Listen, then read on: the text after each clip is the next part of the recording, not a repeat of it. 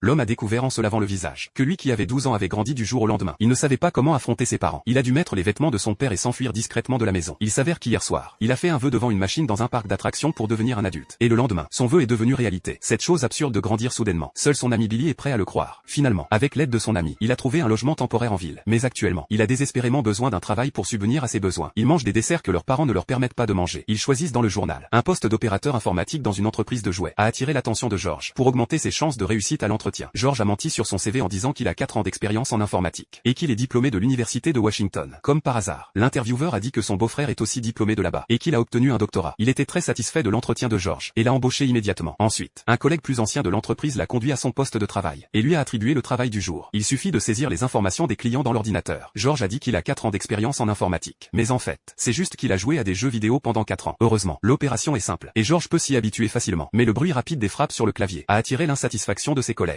Travailler lentement est une règle tacite ici. Ce poste est à la fois simple et ennuyeux. Si le patron voit qu'ils ont terminé le travail rapidement, soit leur salaire sera réduit, soit ils seront licenciés. En voyant que tout le monde autour est en train de bavarder, George en profite pour appeler sa mère. Il prétend être un ravisseur et dit à sa mère que son fils est en sécurité et qu'elle ne doit pas s'inquiéter. Sa mère le supplie de ne pas blesser son fils. En entendant l'inquiétude de sa mère pour lui, George ressent un courant chaud dans son cœur. Dans ce monde, où que tu sois, il y a toujours quelqu'un qui t'attend à la maison. George raccroche et continue à travailler. L'efficacité de l'entreprise décline de jour en jour. Les recherches de marché n'ont aucun résultat. Les dirigeants expriment leur mécontentement mutuel. George, qui est envoyé par ses collègues, semble heurter le patron par accident. Cependant, la colère attendue ne survient pas. Au contraire, le patron approuve son état de travail. George, ignorant, va bientôt changer son destin et celui de cette entreprise. Sans la contrainte des adultes, la vie de George est devenue libre et insouciante. Il prend un biscuit fourré. Il ne mange que le cœur. Quand il regarde la télévision, il peut s'approcher aussi près qu'il veut. Il s'est déjà habitué aux coups de feu à l'extérieur. Peu à peu, George s'est habitué à la vie d'adulte et à ce travail. Une semaine s'est écoulée rapidement. George a obtenu son premier salaire.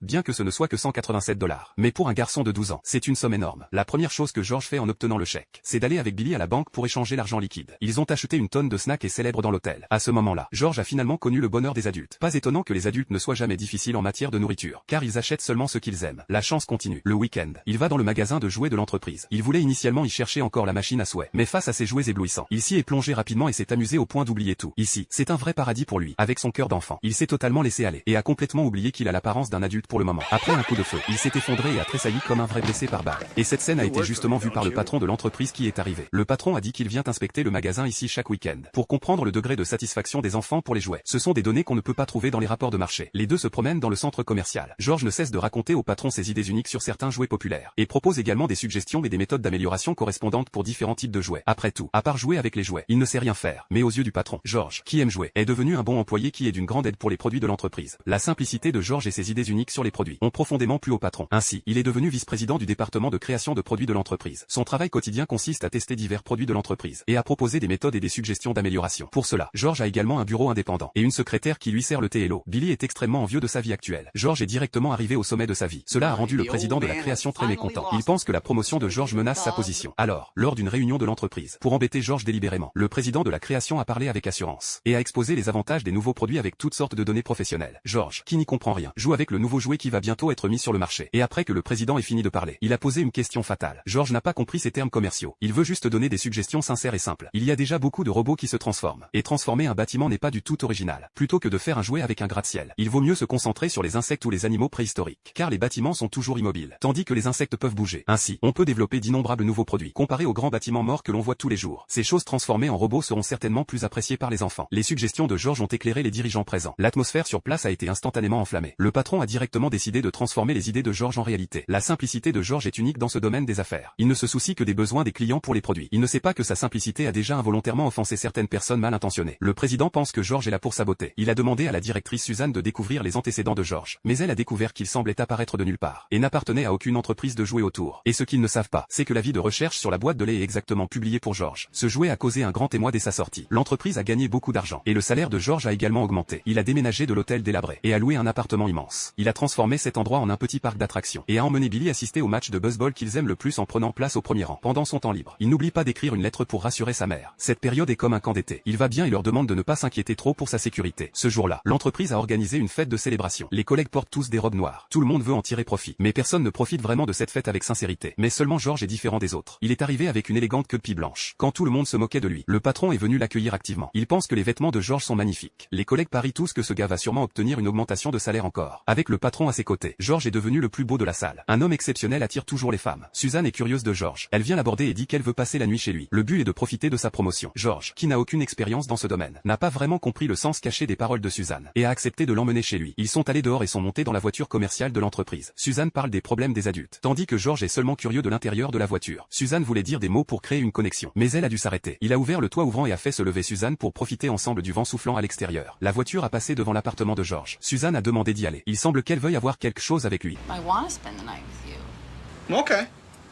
But I get to be on top. Dès qu'elle est entrée dans la maison, elle a été stupéfaite par la maison de George. C'est comme un royaume d'enfants. Il n'y a aucun meuble décent et tout semble très décontracté. Quand c'est l'heure de dormir, Suzanne a une expression pleine d'attente. Elle s'est allongée sur le lit et a pris une pose séduisante.